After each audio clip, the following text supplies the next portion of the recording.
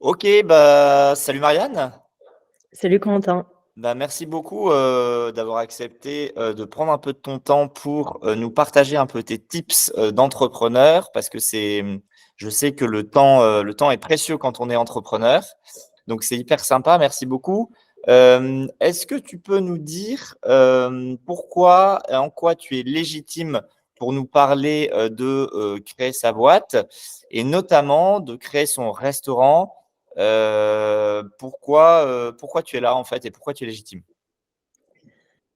Eh bien, écoute, j'ai créé mon entreprise avec mon associé Geoffroy en 2019 et notre entreprise s'appelle Belly Belly et notre activité, nous, c'est de concevoir et exploiter des food courts, donc plutôt gros restaurants et en l'occurrence, on en a ouvert un. On a déjà un gros bébé en activité qui s'appelle Grand Seine à Lille et qui est en activité depuis 8 juin 2021, très exactement. Ok, super. Donc ça veut dire que tu as ouvert un food court. Donc pour ceux qui ne savent pas, les food courts, donc c'est effectivement, comme tu dis, des grands espaces avec plusieurs restaurants en son sein, mais effectivement, on pourra revenir dessus plus en détail. Et donc avant d'ouvrir ce lieu qui est très grand, hein, qui fait, je crois, pas loin de 2000 mètres carrés, c'est ça? Exactement, 1600 mètres carrés. On a. Avant d'ouvrir ce lieu, on est d'accord que tu n'avais jamais créé d'entreprise, tu n'avais jamais créé de restaurant. Par contre, tu connaissais un peu le monde de la restauration parce que tu avais bossé pour notamment le fooding. Voilà, j'ai bossé pour le fooding, c'était mon premier job, sortie d'école. Moi, j'ai fait une école de commerce, j'ai fait le l'ESCP à Paris. Ça m'a mis les 2 pieds dans l'univers de la restauration et dans la construction de mon parcours professionnel, ça a été pour moi ma première révélation. Ça a été de me dire, OK, je ferai toute ma carrière pro et je bosserai toujours dans ce secteur d'activité-là. Et ensuite, ce qui m'a mis les pieds plus dans l'entrepreneuriat, c'est mes aventures pro dans l'écosystème startup. Juste après le fooding, j'ai rejoint une entreprise dans la food tech qui s'appelait Take It Easy, qui était le petit concurrent belge de Deliveroo et Uber Eats. Et de fil en aiguille, enfin bref, je suis restée un peu plus de 3 ans dans l'écosystème startup. J'ai bossé pour 2 boîtes différentes et j'ai côtoyé énormément d'entrepreneurs dans ce cadre-là. Voilà, je me rappelle plus de la question initiale. Donc, Non, mais c'est pas grave, tu as répondu, donc c'est l'essentiel. Écoute, Marianne, le but de cette vidéo et de cette chaîne de manière générale, c'est en fait d'apporter du concret à des gens qui souhaiteraient se lancer. Donc, il y a plein de gens qui veulent créer leur boîte, qui veulent créer leur entreprise d'une manière ou d'une autre, et pour une raison ou pour une autre. Et notamment, il y a plein de gens qui souhaitent créer un restaurant ou un bar ou en fait une société dans ce secteur d'activité-là. Et en fait, quand on discute avec eux, généralement, ils sont un peu perdus dès le départ et ils ont plein d'idées et je suis sûr qu'ils seraient très bons pour faire plein de choses. Mais le problème souvent, c'est qu'ils ne savent pas passer le premier pas parce qu'en fait, ça leur paraît tellement une montagne qu'ils ne savent pas par quoi commencer. Et en fait, juste ça, ça va les décourager. Et donc, des gens comme toi et moi, des fois, on a un peu du mal à comprendre ça parce que nous, en fait, on s'est lancé à plusieurs reprises et en fait, bah, on a découpé un peu cette montagne en plein de petits cailloux. Et finalement, c'est ça que je veux essayer de transmettre aux gens qui nous regardent et qui nous écoutent. C'est comment, en fait, quand j'ai un projet, quand j'ai une idée, bah, je mets tout en œuvre pour vraiment commencer pas après pas. Donc la question, elle est très très simple, Marianne. J'ai une idée de resto, je veux ouvrir mon resto, j'ai à peu près mon idée de concept en tête. C'est quoi les 3 trucs indispensables par lesquels je commence? C'est quoi les premières marches? Je vais te raconter comment moi j'ai procédé en tant que bonne Et élève. excuse-moi, et juste, alors ça c'est super. Et aussi, n'hésite pas à illustrer ton propos de choses que tu as vues chez tes autres amis restaurateurs et aussi peut-être au fooding. Ok. Alors, je pense que la première chose à faire, enfin, il y a 3 choses tu vas les faire à peu près en même temps, quoi. La première chose, c'est effectivement de passer de l'idée, enfin, il faut préciser un peu son idée. Donc, quand tu veux monter une boîte, bon, bah, va falloir passer par l'étape du business plan et de présentation d'un concept.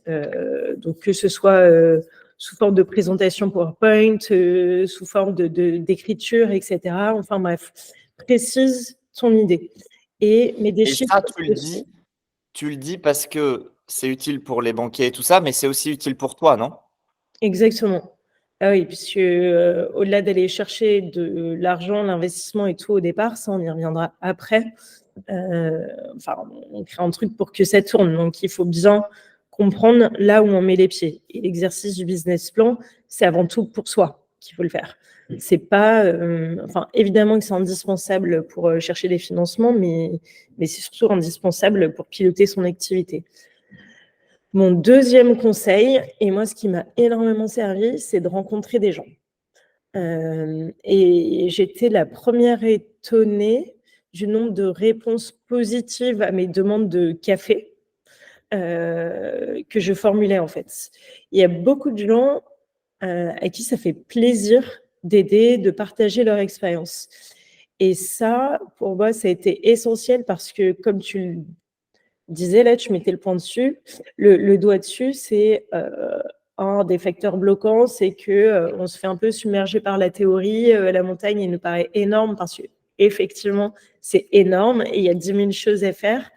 Mais le fait de rencontrer des gens qui sont déjà passés par là, qui partagent leur expérience, qui, tu vois, parfois vont tordre le cou à des idées reçues, qui vont dire bah, c'est pas grave, tu vas te planter là-dessus, mais c'est pas la mort. Enfin, chaque erreur est rattrapable. Ça m'a, moi, énormément aidé. Et de temps en temps, au détour d'une conversation, j'ai un petit déclic et je note, etc. Et ça donne envie de se lancer. Et comme on parle de restauration, ce qui est essentiel et ce qu'il faut commencer très tôt parce que ça prend du temps et que c'est clé pour la réussite de son concept, son business derrière, c'est la recherche de lieux. Donc, ce qu'on m'a souvent répété et ce qui est vrai en restauration, c'est qu'on dit il y a 3 règles pour réussir: location, location, location. Alors, c'est pas tout à fait vrai, mais c'est quand même assez vrai. Donc la recherche de lieu, Mais elle prend du temps, donc tu ça, commences. c'est hyper intéressant ce que tu dis, location, location, location. Donc, ça veut dire emplacement, emplacement, emplacement. Et justement, tu dis c'est vrai, mais c'est pas tout à fait vrai. Toi, ton point de vue, c'est quoi? Parce que il y a des gens qui vont se demander est-ce qu'il faut que je sois dans une rue passante absolument? Ou est-ce que c'est pas grave, on s'en fout?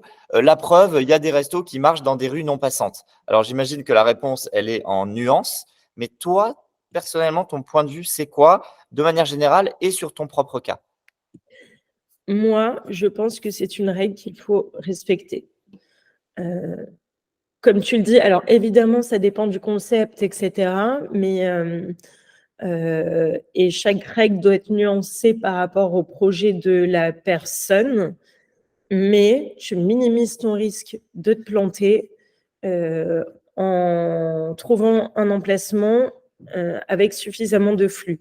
Alors attention, ensuite, il faut voir à quel prix et cetera, hein, mais la restauration, c'est super dur. Il y a un gros taux de faillite et je trouve que c'est notamment lié au fait qu'un concept, ça peut buzzer au départ, mais ce qui est le plus dur, c'est de durer post 3 ans. Et comme il y a toujours des nouveaux restaurants qui émergent chaque année, bah, si on veut durer, une des clés, c'est l'emplacement. Ok, hyper intéressant. Toi, tu es bientôt à 3 ans. Moi, je suis bientôt à 3 ans. Je suis à 2 ans et demi, là. Trop bien, mais je crois que ça se passe super bien pour toi, donc c'est top. Alors, le point financier, il est souvent très, très important. Parce que d'abord, un, il fait peur à plein de monde qui se sent pas à l'aise avec les chiffres, etc. Mais tu as parlé du business plan. Bah, bon, ça, on peut le faire soi-même, on peut se faire aider. On a des experts comptables, on a des conseillers, des consultants, etc. Bon, ça, on peut trouver. Mais ma question, elle est plus précise que ça.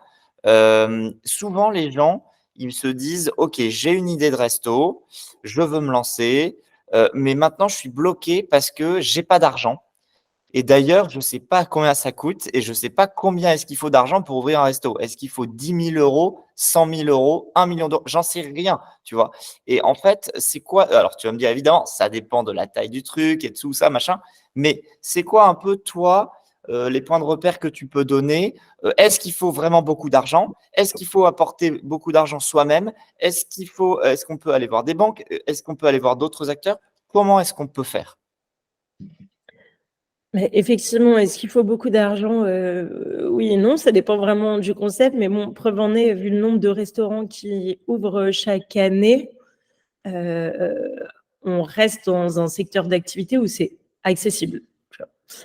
Moi, c'est un peu particulier puisque le food court, c'est très capitalistique et encore plus ce premier qui était un peu qui a vocation à être un flagship par rapport aux autres food courts que je vais ouvrir derrière. Oui, mais Moi, un j'ai truc besoin de important, beaucoup. c'est que tu as dit c'est très capitalistique, donc ça veut dire que ça a coûté beaucoup d'argent de l'ouvrir, mais on est d'accord, tu n'es pas riche à la base. Tu n'as pas d'argent à la base. Non. Mais tout ça pour dire que, enfin, peu importe le concept, c'est pas non plus, je veux dire, on réinvente pas la roue et il n'y a pas de R&D qui peut atteindre des montants astronomiques. Donc oui, c'est accessible. Alors, moi, je suis pas riche. Avec Geoffroy, on a décidé, on a mis nos économies perso, on a mis chacun 40 000 euros. Donc, plutôt que d'acheter un premier appart, voilà, on a décidé de lancer dans l'entrepreneuriat. On n'est pas obligé de mettre de l'argent personnel quand on entreprend. Par contre, quand c'est la première fois qu'on entreprend, qu'on n'a pas encore de carte de visite, je trouve que, et c'est pas je trouve, c'est une réalité, ça envoie un bon signal aux personnes qu'on veut convaincre de nous rejoindre dans l'aventure, que ce soit des banquiers, que ce soit des business angels, peu importe, à n'importe quel autre partenaire financier, ça envoie un super signal puisque ça veut dire qu'on se mouille et ça veut dire qu'on y croit. Donc moi, ce que je conseille pour la création d'un premier restaurant, c'est de mettre ce qu'on peut en apport personnel. Voilà. Ensuite, en ce moment, alors il y a plein de questions que tu soulèves, hein. Donc déjà, mon second conseil, c'est de faire appel aux banques. Sauf que les banques, pour lever de l'argent, si je remonte le fil, il faut un minimum d'apport en fonds propres, parce que les banques, elles ne vont pas être seules à prendre le risque. Là, en ce moment, le marché bancaire, il est super tendu. Et je ne pense pas que ça bouge énormément en 2024. Donc, je ne sais pas quand on m'écoutera parler sur YouTube, mais toujours est-il que pour ceux qui veulent se lancer en 2024, moi, je conseille surtout pour un premier business d'arriver avec 50% de fonds propres, de capitaux propres pour lever 50% en emprunt bancaire. Alors, OK, donc fonds propres, quand tu dis fonds propres, ça veut dire des capitaux, mais qui ne sont pas forcément nécessairement apportés que par toi, qui peuvent être apportés par toi et par d'autres investisseurs et éventuellement des organismes. Est-ce que toi, tu as fait ça? Toi, tu Moi, j'ai tout fait. Donc, moi, j'ai tout fait. Vu que le projet a coûté 4,5 millions, je peux dire que j'ai tout fait. Mais dans quel ordre j'ai fait ça? Donc, d'abord, j'ai mis mon argent avec celui de Geoffroy. Ensuite, on est allé chercher de l'argent auprès d'investisseurs privés, donc ce qu'on appelle les business angels. Et alors, attends, juste pour préciser ce point, toi, tu n'avais pas forcément de réseau là-dedans. Tu ne connaissais pas forcément de business angel. Non, j'entendais, mais mon expérience passée dans l'univers startup fait que j'avais entendu pas mal de noms de business angels, mais c'est ceux qu'on retrouve dans le challenge, sur Madines, etc. Moi, Et c'était il pas se tes trouve potes. que, déjà, d'une, et de deux, en plus, c'est des gens, j'ai très vite compris, qui n'investissent. Enfin, en fait, la plupart des business angels qui sont dans la presse, ils investissent dans la tech ou le RSE, qui a le vent en poupe. Mais bon, même si ton projet de restauration, il y a pas mal de RSE, de composantes RSE, et moi j'en avais, enfin, c'est pas mon core business. Donc, c'est un petit plus, mais c'est pas ce qui va décider ces gens-là à investir chez moi. Donc, en fait, on a tous un réseau qu'on ne soupçonne pas forcément. Donc, j'ai tout bêtement sollicité pas mal de gens. Hein. Je me suis retrouvée à scroller mon répertoire téléphonique, ça permet de faire un peu de tri aussi au passage, à regarder sur LinkedIn, réseau social que je n'utilise jamais. Je suis très mauvaise sur LinkedIn, mais à regarder ce que faisaient mes anciens camarades d'école en me disant « Ah bah tiens, lui, il est en conseil. Ah bah lui, il est en banque. Ah bah c'est sûr, il doit connaître des gens qui ont de l'argent. » Voilà. Donc, et à force de renouer contact ou de solliciter de l'aide, j'ai fini par trouver de l'argent. Alors, quelques exemples concrets. Je dis pas, enfin, déjà, garder en tête que la chance, moi, j'y crois pas. On provoque sa chance. Donc, c'est avant tout un travail acharné et j'ai multiplié les prises de rendez-vous, les contacts, les discussions pour faire en sorte que ça paye la fin. De temps en temps, on a une bonne surprise, mais l'ensemble, c'est la résilience. Voilà. Et le premier conseil, c'est de multiplier le nombre de rencontres pour arriver à ses fins en termes d'argent. Et alors, mon premier exemple, pour lever de l'argent, j'avais réalisé ce qu'on appelle un deck, donc présentation PowerPoint. On trouve plein de modèles sur Internet, c'est toujours un peu la même chose. Et je voulais valider ce deck avant de partir en roadshow, donc levée de fonds, auprès de restaurateurs déjà aguerris. Et moi, j'ai dans mes contacts pro une personne qui s'appelle Édouard Katz, qui est à la tête du groupe de restauration La Brigade.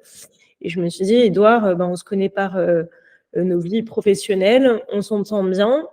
Je vais solliciter son aide pour valider mon deck, voir ce qu'il en pense, avoir ses retours, etc. Et puis, ça me permet de m'entraîner avant d'aller voir des gens qui ont potentiellement de l'argent à investir. Je vais chez lui, on bosse pendant 1h30, il me fait ajuster 2-3 trucs, et je lui dis merci beaucoup, c'est bon, je vais pouvoir commencer. Là, il me fait, mais au fait, tu viens de trouver ton premier investisseur. Voilà, donc Édouard, il investit 30 000 €, c'était mon premier investisseur chez moi. Et ensuite, deuxième exemple, pour vous dire comment on trouve du réseau. Une de mes meilleures amies qui n'avait pas du tout d'argent à investir, on a présenté le projet à son mec, puis on a parlé à son associé, qui en a parlé à son mec, son associé meuf, voilà, qui en a parlé à son mec, qui se trouve que lui avait des potes qui ont de l'argent. Attends, non, c'était pire que ça. Il en a parlé à son frère et c'est lui qui m'a ramené 3 investisseurs. Donc, l'effet boule de neige a fait que j'ai trouvé 3 investisseurs en parlant Génial. à une de mes meilleures amies au départ. 3 pour le prix d'un. Génial. Voilà. Mais ça a fait ricocher, quoi. Donc ça, c'est pour ce qui est fonds propres. Donc là, on ouvre son capital et on donne une partie de sa boîte à des investisseurs privés. Faut pas le voir comme une mauvaise chose. Par contre, c'est bien de bien s'entourer. Bon, ça, c'est une règle qui prévaut pour que ce soit, pour tout, quoi, dans la vie.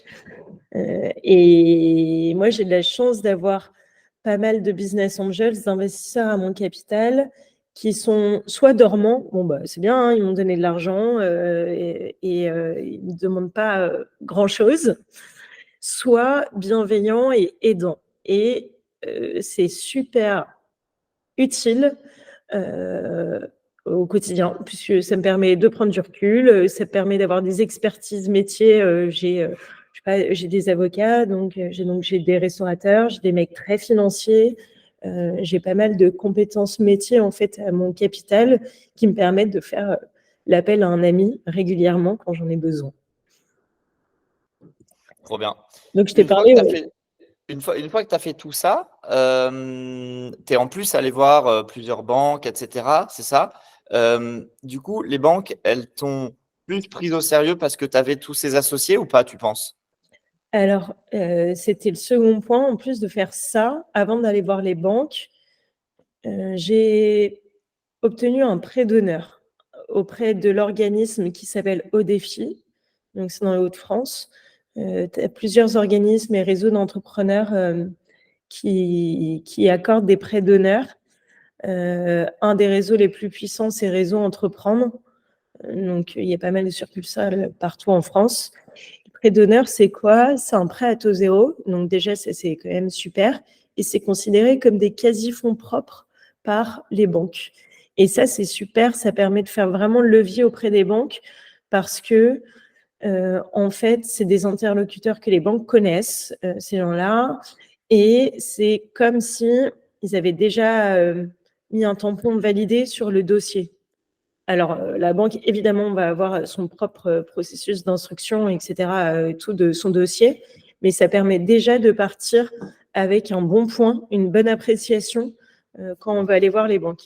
Et ça, je vous le conseille, puisque les prêts d'honneur, vous allez dire, c'est pas forcément des montants énormes, ça peut aller de, je sais pas, 10 à 50 000 euros, généralement, pour une première boîte. Mais déjà, taux zéro, c'est super.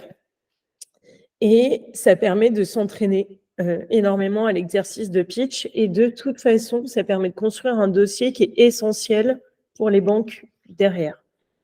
Donc moi, c'est vraiment mon conseil. Regardez les prêts d'honneur qui s'offrent à vous. Si vous ne savez pas comment les chercher, etc., bon, bah, à part l'ami Google, moi, je vous conseille d'aller voir la CCI locale. Il y a... ils ont pas mal d'équipes qui sont là pour aider à la création d'entreprises, pour aider ensuite, une fois l'entreprise créée, mais pour la création d'entreprise, ça permet d'y voir beaucoup plus clair sur tous les mécanismes d'aide, les bons interlocuteurs, etc., etc. Ok. Et donc, une fois que tu as fait tout ça, ou alors peut-être en parallèle, tu dois rechercher un local. Comment est-ce que tu cherches un local? Comment est-ce que tu trouves un local? Et est-ce que tu le fais en parallèle ou après ou avant? C'est Alors, souvent ça que les gens ont, sur lesquels les gens n'ont pas trop l'idée. alors, moi, je fais tout fait en parallèle. Ouais, déjà, en plus, ça permet de rythmer ses journées, hein, on s'éclate un peu plus, on fait des choses variées. Et tout simplement, comment aller chercher un local? Nous, en plus, on cherchait un lieu de plus de 1000 mètres carrés, donc ça ne coupe pas les rues. Ben, on est allé toquer auprès, à la porte de toutes les agences immobilières. Voilà, en présentant un cahier des charges. Voilà, Ça veut donc dire que sinon, tu vas voir toutes les agences.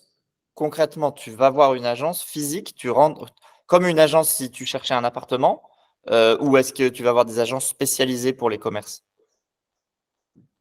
Bah, spécialisé pour les commerces, ça, c'est mon associé qui s'en est chargé. Donc, tu regardes quand même, enfin, évidemment, je sais pas, il y en a souvent des gros hein, comme CBRE. Nous, on est passé par CBRE, enfin, on a trouvé ce local par CBRE. Ensuite, évidemment, tu peux te mettre des alertes sur Google, sur les ventes de fonds de commerce, etc. C'est pas mal de se rapprocher. Alors, nous, on est adhérents au syndicat LUMI, qui est le syndicat pour les métiers café, hôtellerie, restauration, un des plus puissants. Moi, je les trouve super. En tout cas, notre interlocuteur dans le Nord, c'est super. Ça ne coûte pas grand-chose d'adhérer et c'est une mine d'informations. Ensuite, et en plus, ça permet d'avoir réponse à pas mal de ces questions. Et de temps en temps, il y a des petites annonces du genre vente de fonds de commerce, quoi. Ouais, il y a tel local qui se libère. Mais Ok, bon, donc vaut mieux agence IMO. Hein. toujours la même idée de réseau, rencontrer le maximum de personnes pour faire avancer le projet en fait. Ouais. Ouais. Et puis, mon conseil est sous-jacent. Enfin, déjà, il y a plein de gens qui l'ont fait avant, donc faut pas. Enfin, évidemment que il faut se lancer, il faut avoir son truc particulier, etc. Mais il faut faire preuve de beaucoup d'humilité Et franchement, ça permet d'avancer tellement plus vite, d'aller récupérer les réponses à ces questions auprès des gens sachants. Voilà. Et puis aussi, mon conseil, moi, la règle que je m'applique tout le temps dans ce que je fais, c'est le 80-20. Il vaut mieux que ça soit bien seulement à 80%, alors pas moins, hein, sinon il faut quand même être exigeant, et le faire, et se lancer et sauter le pas, que d'attendre le 100%. Parce qu'ensuite, le temps passe et on ne fait pas. Donc, c'est comme son BP, là. Attention à pas, un moment, on peut toujours retravailler un BP. Mais Il y à a un partir moment, du il faut moment où savoir s'arrêter. on sent bien fait, on s'arrête, il y a plein d'autres choses à faire. Ok. Dès le départ, qui sont les prestataires dont j'ai absolument besoin? Comment je les trouve? Et c'est qui? Il y en a plein. Alors, quand on monte son resto, déjà, on va sur la partie la plus fun, mais en réalité, moi, j'ai bien aimé. Enfin, je le dis avec un ton ironique, mais c'est les travaux. C'est les travaux, donc en fonction de la taille de resto, de l'ampleur du projet, etc., on n'a pas forcément besoin de plein de corps de métier disponibles. Mais ce qui est essentiel, c'est les architectes. Et moi, j'ai besoin d'un bureau d'études, un bureau d'études fluide. Voilà. En gros, c'est l'ingé du groupe qui va faire tous les calculs savants pour savoir, pour tout ce qui est l'eau, architecture, enfin, tout ce qui est l'eau, électricité, plomberie, CVC. CVC, ça veut dire chauffage, ventilation, climatisation, ou inversement pour les dossiers, mais voilà. Tous ces trucs-là. Donc, déjà, des bons architectes. Évidemment, c'est mieux s'ils ont fait de la restauration avant. Voilà, donc regardez sur les restos qui vous plaisent, quel est l'architecte, quoi. C'est plutôt simple à trouver.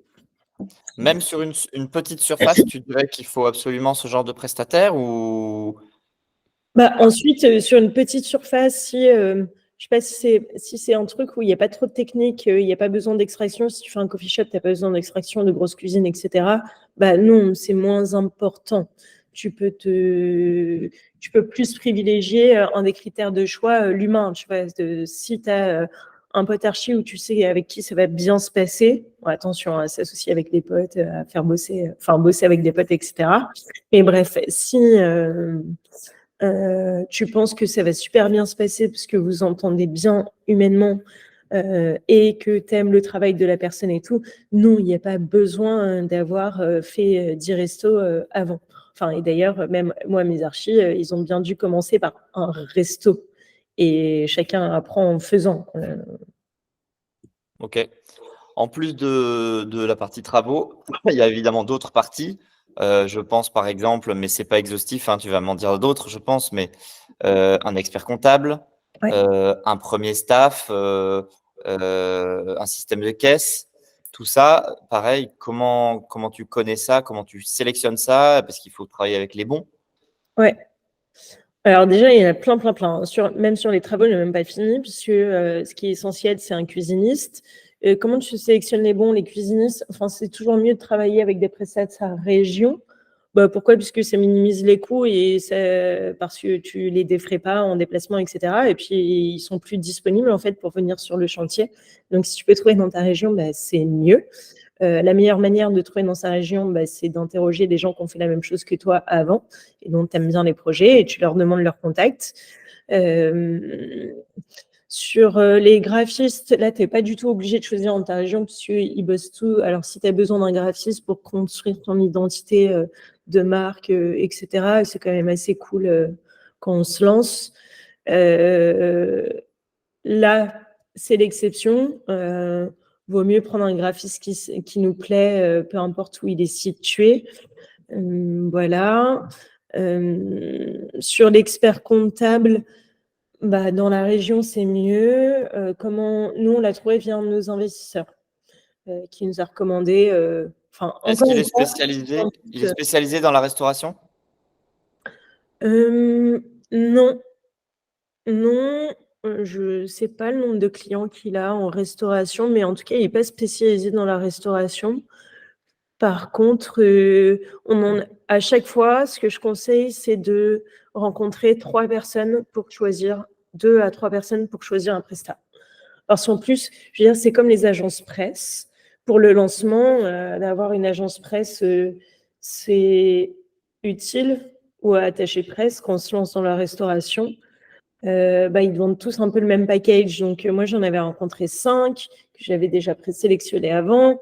Et je l'ai choisi au fit, en fait. Je me suis dit, ils me vendent tous un peu la même chose. Ensuite, c'est quelqu'un qui doit travailler pour moi. Pour qu'il ait envie de travailler pour moi dans la multitude de ses clients, il faut que je m'entende bien avec lui, quoi. Il faut qu'on ait un peu la même manière de fonctionner.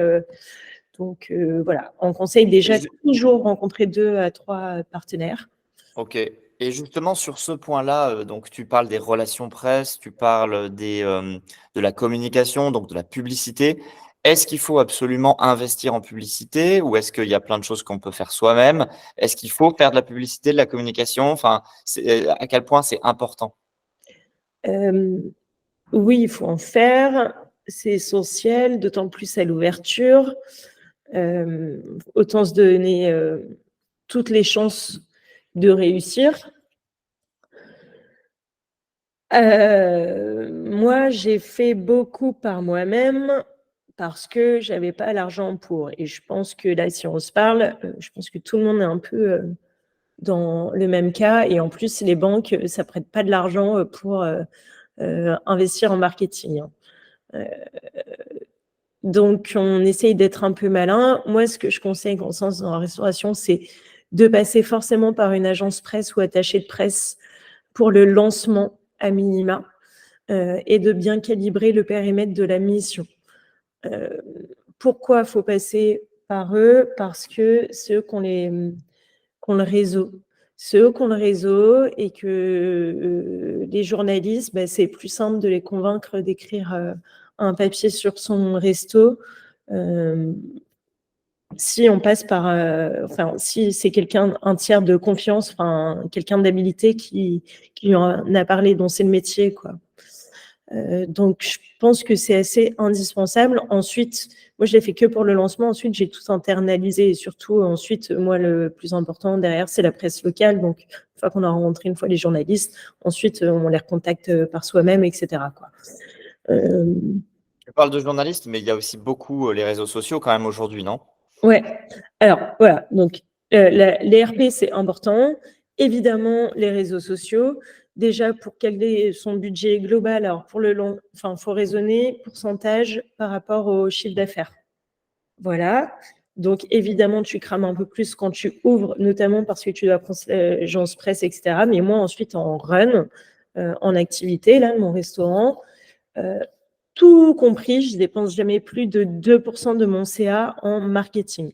Et donc ça, j'ai ma brique essentielle qui est les réseaux sociaux.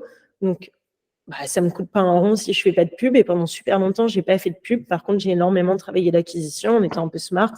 Même sur l'agence presse, en fait, c'est moi qui ai rédigé mon communiqué de presse. Parce qu'en fait, ça sert à rien que je paye une presta. Ensuite, j'ai une bonne plume et j'aime bien ça. Mais tout ce que j'ai pu faire moi-même, je l'ai fait moi-même. C'est la meilleure manière de réduire la facture d'un prestat, c'est comprendre comment se compose son métier. On le décompose, on dit ça, je pense que je peux le faire moi-même. Ça, non, tu as plus de valeur ajoutée, etc., etc. Donc, les réseaux sociaux, quels réseaux sociaux sont indispensables pour un resto?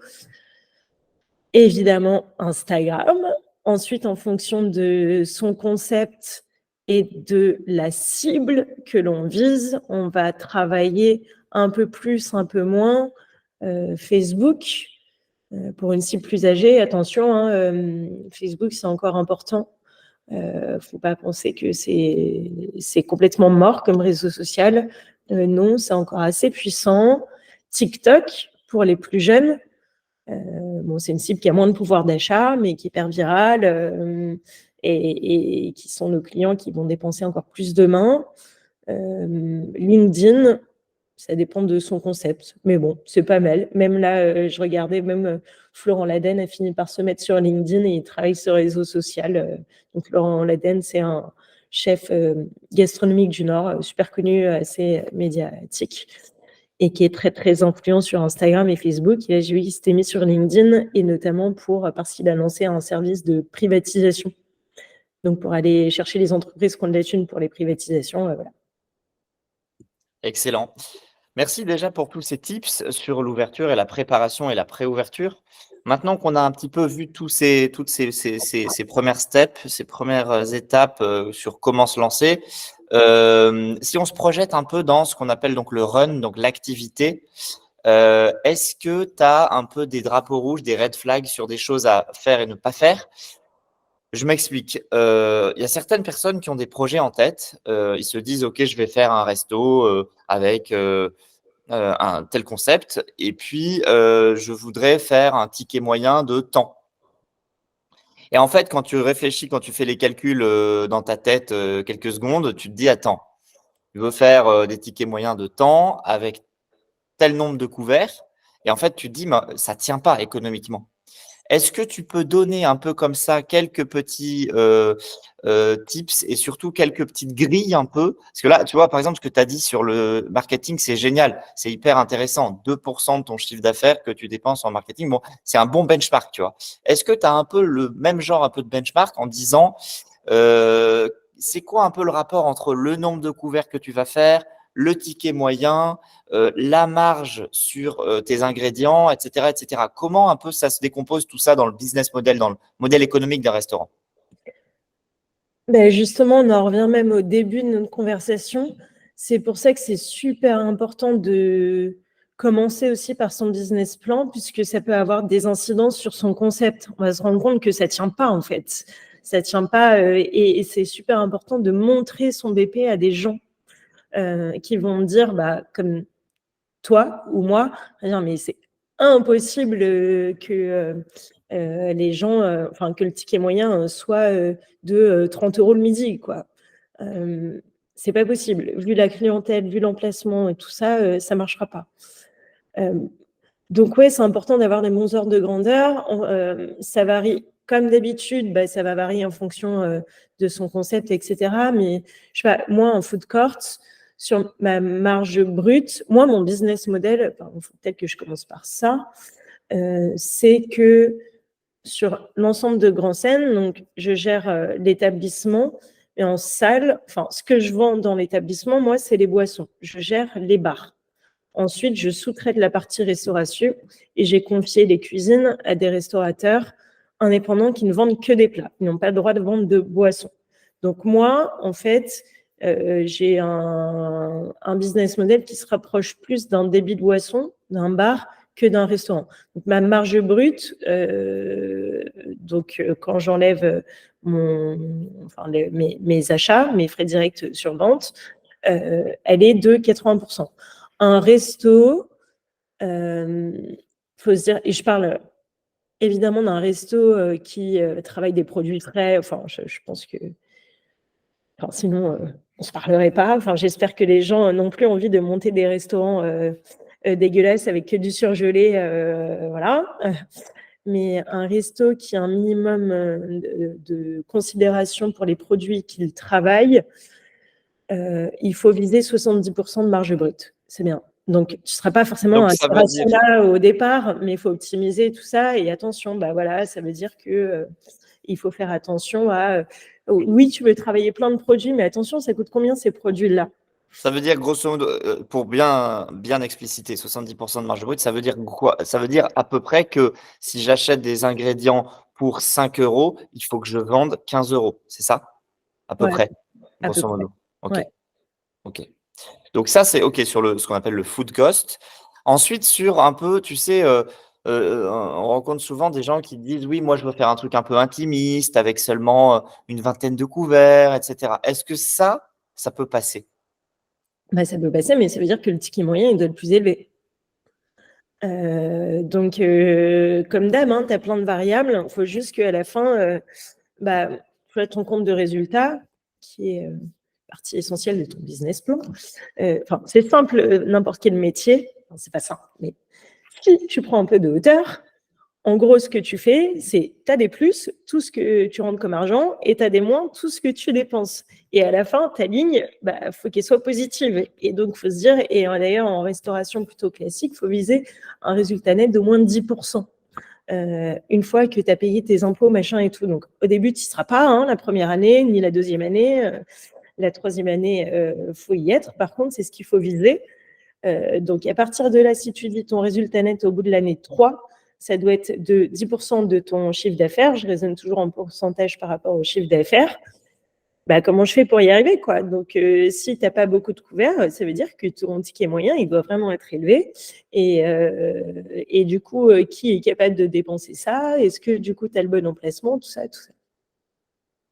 Ok, ce qui fait le lien avec un autre poste de charge assez important, le personnel. Ouais. Le personnel, alors peut-être tu peux aussi donner un peu des exemples de combien ça doit coûter, etc., un peu comme le food cost, si c'est possible. Mais surtout, ce personnel, comment tu le trouves, où tu le trouves, comment tu le fidélises, comment tu le gardes? Est-ce que tu prends des auto-entrepreneurs? Est-ce que tu prends des salariés? Est-ce que tu fais un mix? Comment ça se passe? Parce que ça, c'est, je pense, aussi quelque chose qui fait très peur aux gens, c'est trouver des employés, les garder, comment je les paye? Oh mon Dieu, ça a l'air difficile. Ça l'est, mais comme d'hab, un problème, ça se décompose. En restauration, c'est une problématique encore plus aujourd'hui, le recrutement et le turnover, donc quand un employé part, qui est commune à tous les restaurants, du gastronomique au boui-boui de quartier. Mais vraiment, moi, je parle avec mes potes qui ont des étoiles, etc. On a tous le même problème. Si en plus, post-Covid, il y a énormément de personnes qui sont détournées des métiers de la restauration.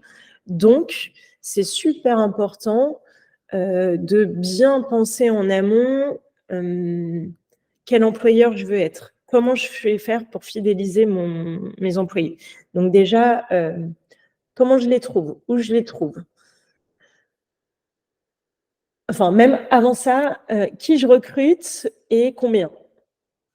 Il y a des postes clés. Alors, quand on se lance et qu'on n'a pas beaucoup d'argent, déjà, mon premier conseil, ne faites pas l'erreur que j'ai faite de surcalibrer mon équipe.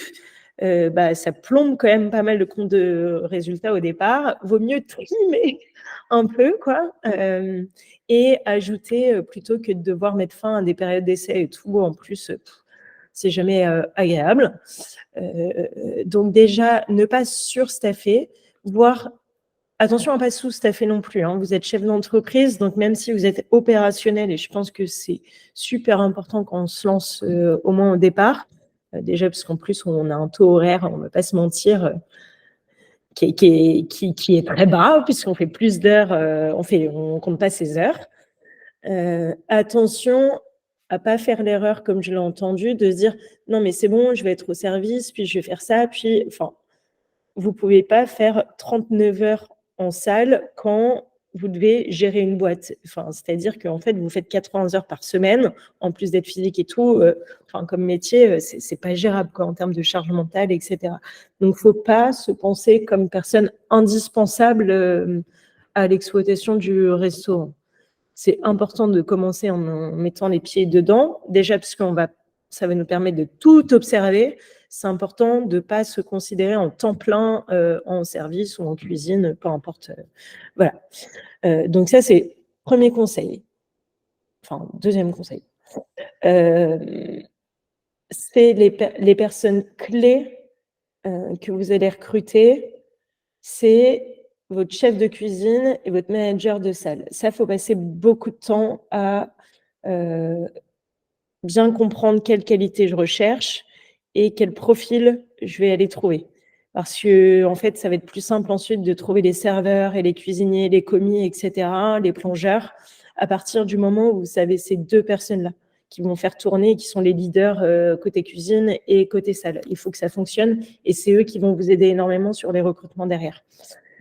Donc ça, il faut prendre le temps d'eux. Ensuite, où je cherche ces profils, Alors, en restauration, la plateforme de recrutement où on trouve le plus de profils en France, c'est Indeed.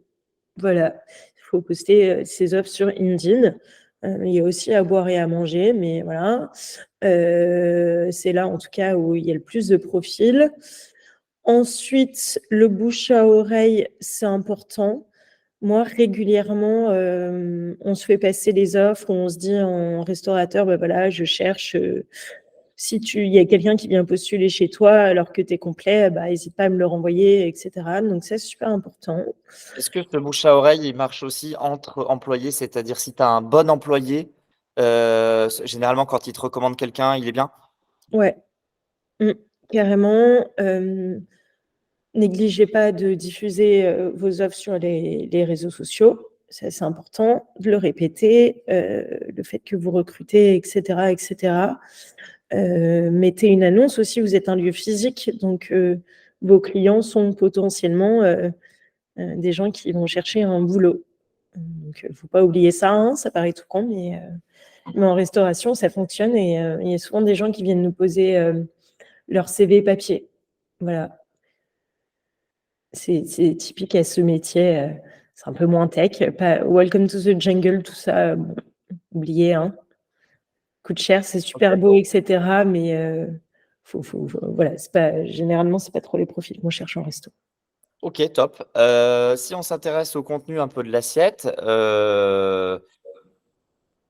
il y a souvent beaucoup de questions autour de qu'est-ce que je dois mettre à la carte? Est-ce qu'il faut beaucoup de plats à la carte ou peu de plats à la carte? À quel point les prix doivent être différents ou cohérents entre eux?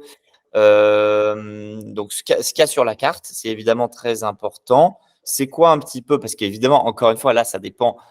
Tu ouvres un fast-food ou tu ouvres un restaurant très chic, machin, c'est très différent. Mais c'est quoi un peu, toi, tes tips là-dessus? C'est quoi un peu les erreurs à éviter, quoi? Carte courte. Elle peut être plus ou moins courte en fonction des concepts. Mais dans tous les cas, il ne faut pas jouer le côté carte à rallonge. Pourquoi? Parce que déjà, en termes d'expérience client, maintenant, le consommateur est quand même assez éduqué. Donc, se dit, on nous bassine même dans les médias et partout, et à juste titre. Hein. Une carte longue, c'est pas possible d'avoir que du frais, quoi. Généralement, une carte courte, c'est aussi un signe que, a priori, la cuisine va être bonne, faite maison, travaillée, etc. Ça permet également de réduire le nombre d'ingrédients à commander, donc d'éviter les pertes. Voilà. Donc, il y a une logique financière derrière. Et sur les cartes, en termes de politique prix, il faut que tout soit cohérent, de l'entrée au dessert, que ça soit peu cher ou très cher. Il faut penser à être un peu malin de temps en temps pour tenter de l'upsell. Donc, pour augmenter son panier moyen, ce qui est pas mal, c'est les petits trucs à partager en plus des entrées, vous proposez de grignoter un peu. Ça peut être, je sais pas, il y a la suggestion du jour, ou si vous ajoutez tel supplément, donc je prends un exemple un peu extrême, mais je sais pas, le supplément truffe, ça va être plus 10 balles sur votre plat. Donc ça peut fonctionner.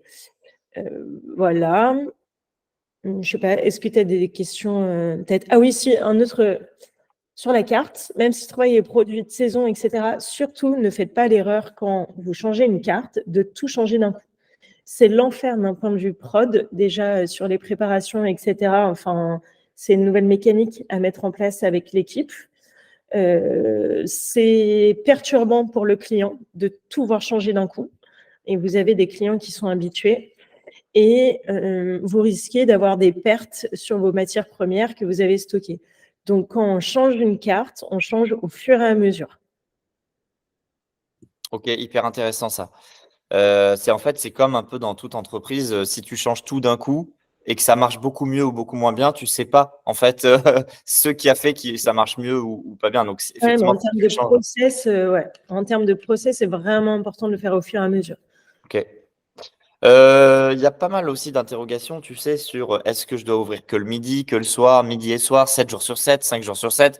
Là encore, tu vas me dire, ça dépend évidemment, mais qu'est-ce qu'il faut prendre en compte en fait pour choisir ces horaires d'ouverture? La taille de son resto et son planning staff. Je te prends un exemple. En fait, oui, tu te dis 7 sur 7, midi et soir, comme ça, bah, j'amortis un peu plus mes charges de structure, mon loyer, etc. Oui, mais non, puisque ça veut dire qu'en fait, tu dois recruter plus. Et tu vois, ton personnel, il doit avoir 2 jours de repos consécutifs. Donc, en fait, pour faire simple, si c'était plutôt un petit resto qui peut fonctionner avec juste une seule équipe, tu vois, qui fait midi et soir, tout 5 jours, pas 7. Parce que bah, sinon, tu dois recruter en plus. Et Donc, du coup, tout le monde a le même agenda, du coup, c'est ça que tu dis? ouais. Ça dépend vraiment. Ouais, c'est ça. En fait, bah, ça dépend ensuite du nombre de couverts. Ouais, ça dépend vraiment en fait du planning, quoi. Et parce que toi, dans ton cas, parce que toi, pour le coup, c'est grand, il y a beaucoup de couverts Ouais, et tout, tu emploies à la fois beaucoup de monde pour la salle et pour les boissons, mais tu as aussi pas mal de monde dans chaque restaurant. ouais. Tu peux nous parler de ça un peu? Je sais pas combien vous êtes en tout? En tout, à Grand Seine, il y a 60 travailleurs. Il y en a 21 à moi, dont moi. Donc, équipe bar et salle et l'équipe de bureau, marketing, com, événementiel, responsable administratif, finance, tout ça. Et ensuite, chaque restaurant, pour faire tourner leur corner, ils ont en moyenne, ils ont entre 3 et 4 personnes, quoi. Pour une ouverture 7 sur 7, sauf le dimanche soir. Et les restaurants sont ouverts aux heures de service classiques. Ils font du continu le samedi après-midi, le samedi, puisque bah, tout simplement, il y a du monde toute la journée. Nous, on est un business enfin, on a du volume, quoi. On a 450 places assises, on peut accueillir jusqu'à 800 personnes en config bar. Et on a des charges de structure liées au lieu tellement importantes qu'on doit ouvrir 7 sur 7. Mais la plupart des restaurants dits traditionnels, bah, ça leur coûte finalement plus cher d'ouvrir 7 sur 7. Tu vois, je ne sais pas si tu as une salle de 30 couverts, parce que tu dois recruter en fait des cuisiniers en plus, enfin du staff en plus, et c'est plus galère et ça va avec les problèmes, etc., que de fermer le dimanche lundi. Donc c'est pour ça que la plupart des restos, ils sont fermés dimanche lundi. Ok, hyper clair. On a vu la préparation, l'avant-ouverture, on a vu l'activité, le run. Maintenant, on peut voir la partie développement. La partie développement, c'est quoi? Bah, c'est mon resto, il commence à bien marcher. Comment j'améliore mon remplissage? Comment j'améliore mon ticket moyen? Comment j'améliore globalement ma rentabilité, mon chiffre d'affaires, etc. Tout ça. Et deux, comment je me développe? Est-ce que j'agrandis? Est-ce que j'achète un nouveau resto? Je développe un nouveau resto? C'est quoi un peu tes tips là-dessus? Et d'ailleurs, toi, je pense que tu es dans cette phase de développement maintenant. Tout à fait. Comment tu améliores ton taux de remplissage et tu augmentes ton ticket moyen? Bah, tu as 2 leviers en fait. Il y a le marketing. Donc, à toi de voir si tu fais plus de réseaux sociaux, du Google Ads, d'être référencé dans des guides. Enfin, voilà, il y a pas mal de tips là-dessus. Donc, c'est l'acquisition client, comment tu les fais venir. Et ensuite, en salle, bah, c'est tes serveurs, ton discours client. Et ça, c'est essentiel de les former, de leur apprendre à vendre plus, le fait de conseiller et d'être à l'écoute du client. Et ben, ça te permet de vendre une bouteille de vin un peu plus chère, peut-être qu'une autre, une supplémentaire. Le fait d'être attentif au fait que bah, telle table a bientôt fini sa bouteille de vin et que ton serveur anticipe et leur propose de reboire à nouveau, bah, c'est super important. Ça te permet d'augmenter le ticket de la table. Le fait de minimiser le temps d'attente entre les plats, ou le vin, etc., la prise de commande, bah, potentiellement, tu vas pouvoir faire 2 services sur une même table, tu vois, puisque les premiers clients vont libérer la table et c'est encore l'heure de déjeuner, donc tu vas pouvoir asseoir d'autres personnes. Donc, marketing pour tout ce qui est acquisition client en amont et sur place, il faut les meilleurs serveurs du monde, quoi. Enfin, bon, c'est ce que tu trouves jamais, c'est impossible. Mais en tout cas, formation continue est super importante, de leur donner des tips, leur expliquer. Il y en a certains chez qui c'est inné, d'autres non. Mais plus tu leur expliques, plus tu les formes à ça, plus ils le feront naturellement, quoi. Ils vont développer ces réflexes-là. Et plus ça rend leur métier intéressant aussi. Voilà. Et ensuite, effectivement, moi, je suis complètement dans la phase de duplication, d'en créer un second. Alors, mon projet, il est atypique, hein. Le food court, c'est gros et ça demande pas mal de charges de structure. À la fin, c'est plus rentable, mais je dois amortir. Justement, j'ai un responsable marketing, je fais beaucoup d'événementiels. Voilà, on est calibré pour faire tourner un gros établissement, mais j'ai pas besoin d'avoir, tu veux, ce personnel de structure, j'ai pas besoin de le dupliquer à chaque fois que j'ouvre un nouveau restaurant. Je vais pouvoir recruter des juniors pour renforcer les équipes, mais voilà. Donc du coup, en fait, je dois en ouvrir un second pour amortir mes charges de structure et améliorer la rentabilité de chaque établissement. Et comment ça, je le rends possible? Déjà, on est assez process parce qu'il va falloir en gérer 2 et plus que 1. Donc, c'est important. Plus tu processes, plus tu arrives à déléguer, plus tu arrives à former, plus tu te détaches de l'opérationnel. Moi, je passe plus beaucoup de temps à Grand Seine à proprement parler, à m'occuper des problématiques de Grand Seine du quotidien. J'ai des personnes qui le font pour moi. Donc, il faut vraiment arriver à se détacher de l'opérationnel déjà sur son premier pour se dire, je vais en ouvrir un second. Ok. Est-ce que tu as vu autour de toi, et même au sein de Grand Seine, mais aussi ailleurs, des exemples de concepts qui ont très très bien marché et tu vois pourquoi? Et au contraire, des exemples de choses qui n'ont pas du tout marché, ils ont ouvert et là, ça s'est planté rapidement, ou alors ils galèrent énormément. Et pareil, pourquoi, tu vois? C'est quoi un peu ce que tu as vu en do's and don'ts, choses à faire et à ne pas faire? C'est quoi un peu ton regard là-dessus? Parce que toi, tu as vu beaucoup de restos à la fois au sein de Grand Seine, mais aussi ailleurs. Oui, oui, oui, oui, puisque j'y passe ma vie pro comme perso au resto.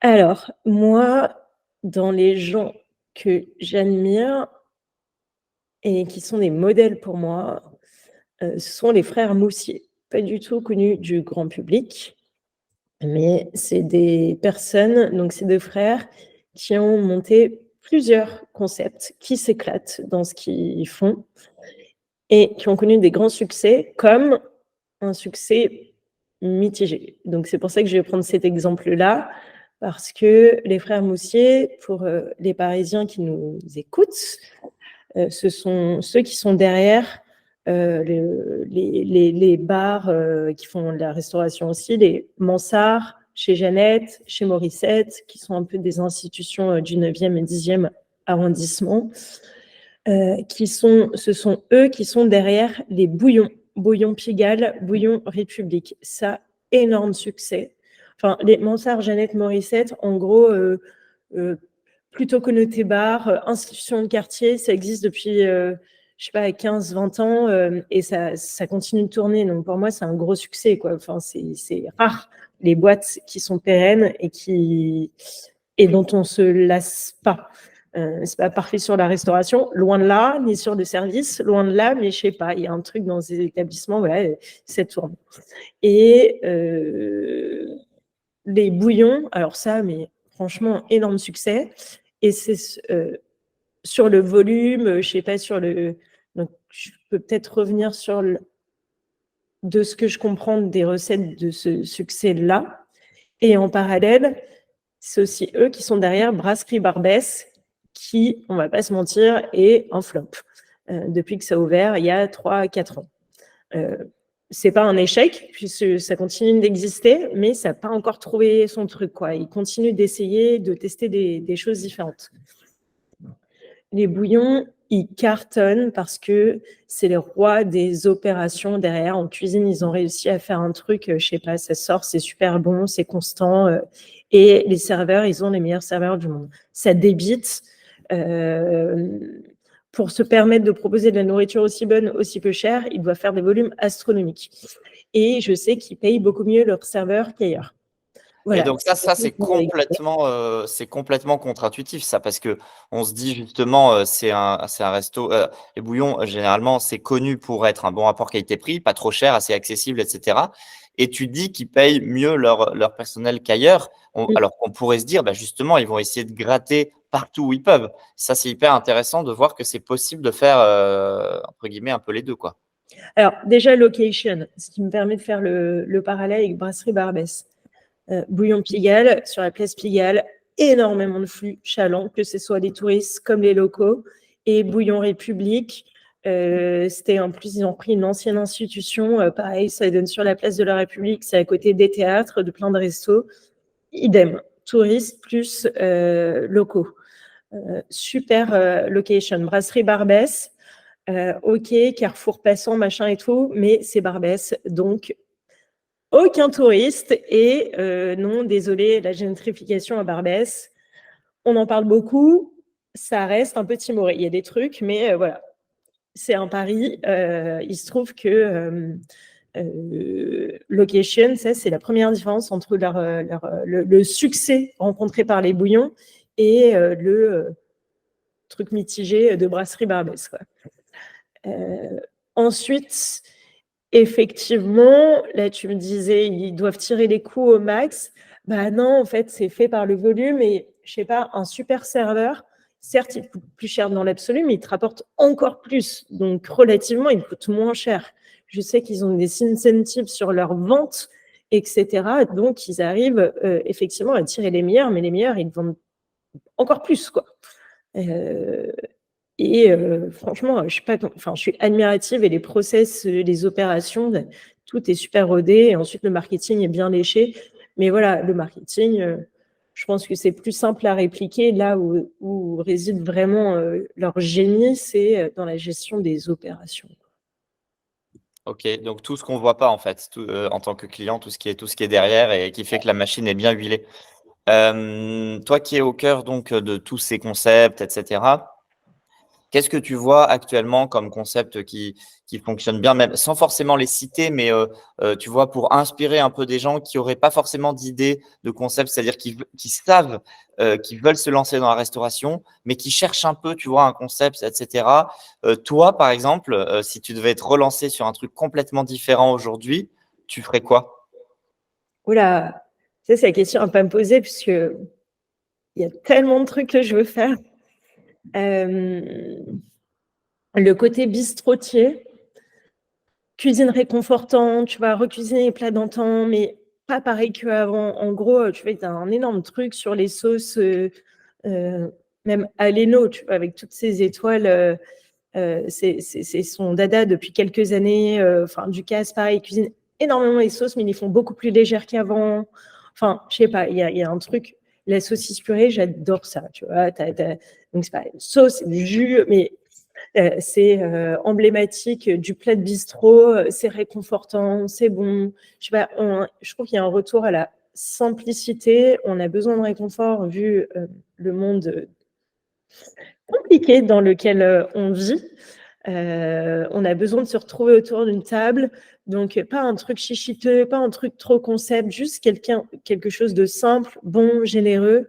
Le pouvoir d'achat, c'est une vraie problématique. Donc, faire en sorte de construire une carte qui puisse être accessible au niveau prix. Et si on veut que les gens continuent de sortir au restaurant et sortent encore plus souvent au restaurant, il faut, malgré l'inflation des matières premières, etc., bah voilà, faut être un peu malin dans les plats qu'on propose.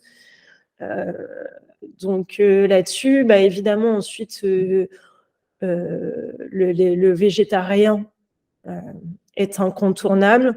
Alors attention aux idées reçues, hein. C'est faux que les Français consomment moins de viande. Au contraire, ils en consomment plus qu'avant, mais mieux.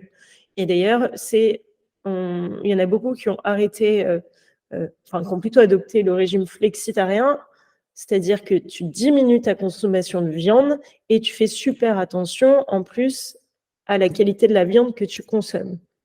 Donc, en plus, à partir de ce moment-là, du coup, tu achètes beaucoup moins de viande à la maison. Moi, j'ai beaucoup de potes qui sont végétariens à la maison et qui mangent de la viande et du poisson uniquement au restaurant. Donc, quand on veut se lancer en restauration, faut pas l'oublier, c'est cool. Mais par contre, faut faire attention à tous les régimes alimentaires. Donc, avoir une carte qui fait la place belle au plat végétarien, c'est indispensable, même si c'est pas 100% végétarien, pour moi en tout cas. Et je trouve que c'est être dans l'air du temps et être conscient de son époque aussi. Ensuite, moi je déteste, faut faire attention place au sans gluten, sans lactose, sans machin. Bon, faites-vous un truc qui vous fait plaisir aussi. C'est super bien si on peut faire attention à tous ces trucs-là. Faut pas se mettre trop de contraintes, faut être conscient de ça et avoir un staff qui soit à l'écoute. Si le client le signale, faut inciter le client à le signaler. Attention, on ne va pas rentrer dans une carte où il y a 10 000 petites notes à lire à la fin avec tous les allergènes. Je trouve qu'on perd en plaisir. Aller au restaurant, ça doit rester du plaisir. Ok, hyper intéressant. Est-ce que tu conseillerais encore aujourd'hui, en 2023-2024, d'ouvrir un food truck et question liée à ça, est-ce qu'il faut absolument faire de la vente à emporter aujourd'hui? Non et non. Le food truck, ça peut être bien. En fait, ça dépend de la législation locale, puisque c'est hyper réglementé, les emplacements sur lesquels tu peux être, où, quand, etc. Donc, moi qui officie à Lille, il y a un exemple client là des derniers mois. Là, il y a une zone qui s'appellera Technologie, où donc en gros c'est l'équivalent de station F quoi pour les Parisiens, qui rassemble tout l'écosystème start-up du coin. Et il y a un parvis où plusieurs food trucks avaient l'habitude de se garer et donc ils avaient une clientèle acquise, voilà. Et la ville a interdit un peu du jour au lendemain à ces food trucks de stationner à cet endroit. Voilà, donc d'un coup, tu n'as plus de business. En tout cas, tu vois ton business divisé par 2 pour la plupart d'entre eux. Donc non, je ne le conseille pas parce que tu es trop dépendant des réglementations locales. Ensuite, à voir en fonction de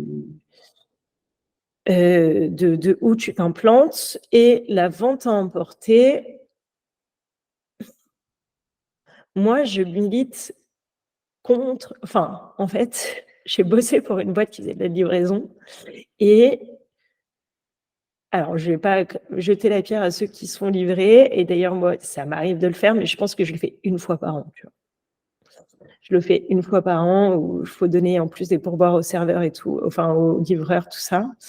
Je le fais plus du tout. Je vais prendre à emporter dans mes restaurants de quartier, mais avant tout, si je vais au resto, c'est pour l'expérience humaine aussi, quoi, pour vivre un truc et c'est pas uniquement une conviction personnelle de ce que j'ai envie que l'expérience au restaurant soit. Je le vois aussi, puisque moi, mon food court, j'ai très très peu de ventes à emporter. Les gens viennent vivre une expérience. Je fais quasiment pas de livraison. Ouais, c'est vraiment minime. C'est du petit plus, comme ça devrait l'être d'ailleurs, que de l'upsell et pas intrinsèque à un business. Voilà. Et je pense que fondamentalement, on a besoin de se retrouver et que c'est important d'aller au restaurant parce qu'on n'y va pas que pour bien manger, justement. On y va pour vivre une expérience. Tu parles à un grand fan d'expérience de restaurant, comme tu le sais. Bah, écoute, merci beaucoup, Marianne. C'était hyper intéressant de faire tout ce tour ensemble. Est-ce que tu as peut-être, je sais pas, 2, 3 derniers conseils un peu à donner à des gens, tu vois, qui se poseraient la question, est-ce que je suis fait pour la restauration? Est-ce que c'est vraiment fait pour moi? Dans quoi je dois me lancer, etc. Tu dirais quoi pour un peu balayer un peu ces questions-là, quoi.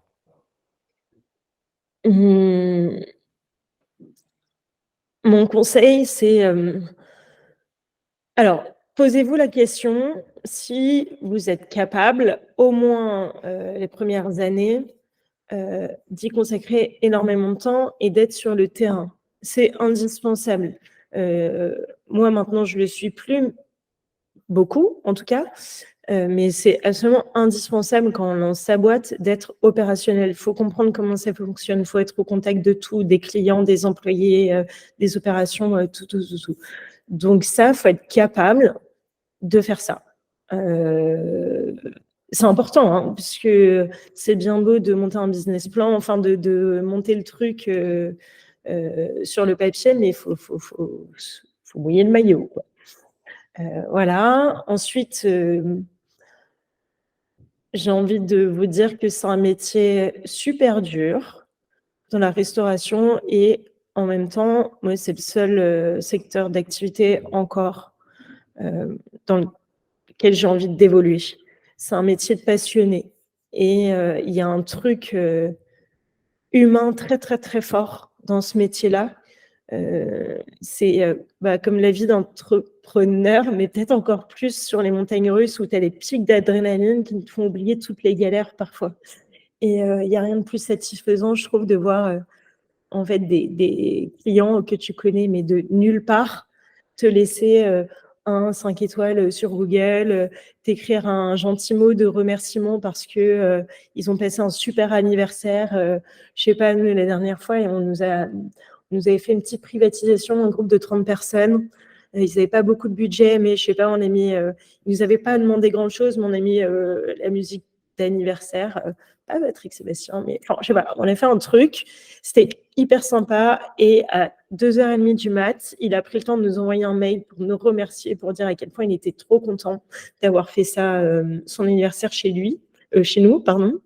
Je trouvais ça, enfin, ça te rebooste de ouf.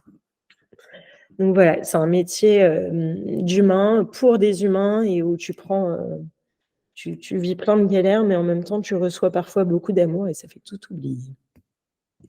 Trop bien. Bah, écoute, merci beaucoup pour ces jolis mots de la fin. On peut te suivre peut-être sur les réseaux sociaux et surtout venir goûter les excellents plats de street food de Grand Seine à Lille, qui est rue de Béthune, hein, c'est ça? Tout à fait, au 31 rue de Béthune. Génial, et qui est ouvert, comme on l'a dit, hein, tous les jours sauf le dimanche soir. Et moi, je suis d'ailleurs un client très régulier, donc allez-y, c'est très très bon. Merci. Merci aussi. Mais ouais, mes filles aussi. Merci pour votre attention. Si vous avez aimé ce contenu, abonnez-vous à la chaîne. Il y aura plein d'autres contenus sur plein d'autres business, d'autres gens qui ont ouvert des restos, mais aussi d'autres gens qui ont ouvert des agences d'architecture, des boîtes de services, etc. On va faire un peu le tour de tout ça pour vous aider à passer le pas de la création d'entreprise. Merci à tous, merci Marianne, et à très bientôt.